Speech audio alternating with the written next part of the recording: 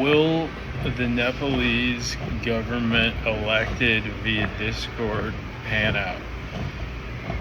That's what we're talking about on today's Tread Talk, and it is really it's a historic thing.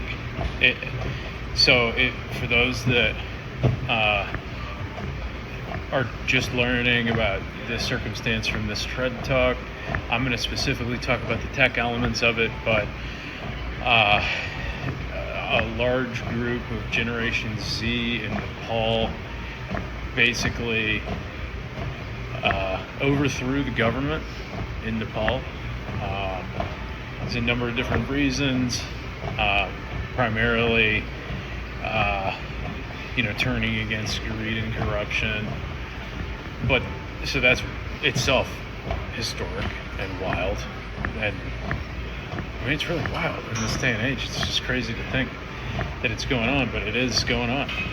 And what we're going to dive into today, though, is the use of technology to get it done. So I think what's most stand out is they utilized Discord, which is like a gaming tool. It's a voice and text communication gaming tool for it can be used on PC, can be used with streaming, can be used with video. It's a good tool, but it's a gaming tool as far as I've known it for those types of communities. It's not a bad thing, it's just unique that it would then be used for such a, I guess you use the tools that you have. I think back to the not think back like I'm there, but I imagine back to the American Revolution.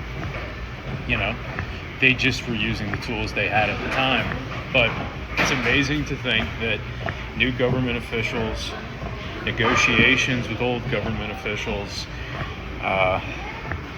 communications with their supporters, with the movement supporters, all that stuff happened via a Discord server that surged to over 100,000 community participants and members. I think at its face, it shows that large-scale change can be made through at home, or wherever you're utilizing a tool to create a change. Now, I'm just talking about the technology here. I don't know enough about Nepal or I don't know enough to have a position, but I think it speaks to how fast things are starting to move, and how the rate of what's possible for change is continuing to increase. So tell me what you think. Is this something to shrug off? Is this something that's as revolutionary as a revolution? How does this unfold